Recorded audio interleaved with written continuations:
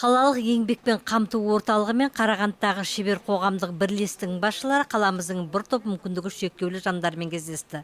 Олар мүгедек жандарды қолөнер кәсібіне оқытып, одан әрі тұрақты жұмысқа орналасуға мүмкіндік беретін бағдарлама бойынша әңгімелесті. Это такая категория, которая очень уязвима. Мүмкіндігі шектеулі жандарды жұмыспен қамту басты мәселенің бірі. Бүгінгі кездесуде олар өздеріне лайықты мамандықты таңдайды деген сенімдеміз. Оларға зергерлік, былғары, керамика және тері қолөнері бойынша 4 бағытта оқыту қарастырылған. Бүгінгі кездесуде мүмкіндігі шектеулі жандар өздеріне лайықтысын таңдайды. Мұнан әрі оларды жұмысқа орналастыру жайы да қарастырылған. Шебер оқыту орталығы республика бойынша пилоттық жоба саналады. Мұнда мүмкіндігі шектеулі жандар 4 бағытта 4 ай оқиды. Бір ерекшелігі дәрістер жұмыс жасап тұрған шеберханалардың аясында жүргізіледі.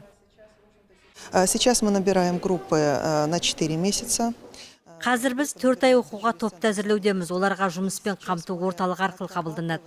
Қазір күнде біз мүмкіндігі шектеулі жандардан тұратын топты әзірлейміз. Әрине бұл топтың өз ерекшелігі болады. Топта 6-8 ғана адамнан болады және әрбір адаммен жеке жұмыс жасауға тура келеді.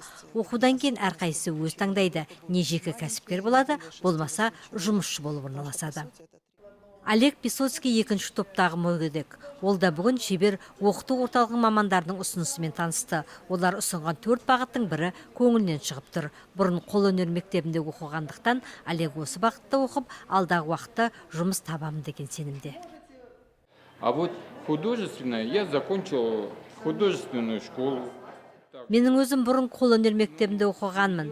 Зергерлік кәсібіне қарағанда бұл бағытта оқығаным жөн болар деп ойлаймын. Өйткені менің денсаулығым жарамайды және үйде емес, ұжымда жұмыс жасағым келеді. Тері былғарымен, аяқ киім тігумен де қолымнан келеді деп ойлаймын. Бұл топтағы мүмкіндігі шектеулі жандарға дәрісті шеберханада жұмыс жасайтындар жүргізеді. Соңынан олардың жұмыспен қамту жол картасы 2020 бағдарламасы бойынша жұмысқа орналасуға да мүмкіндік болады.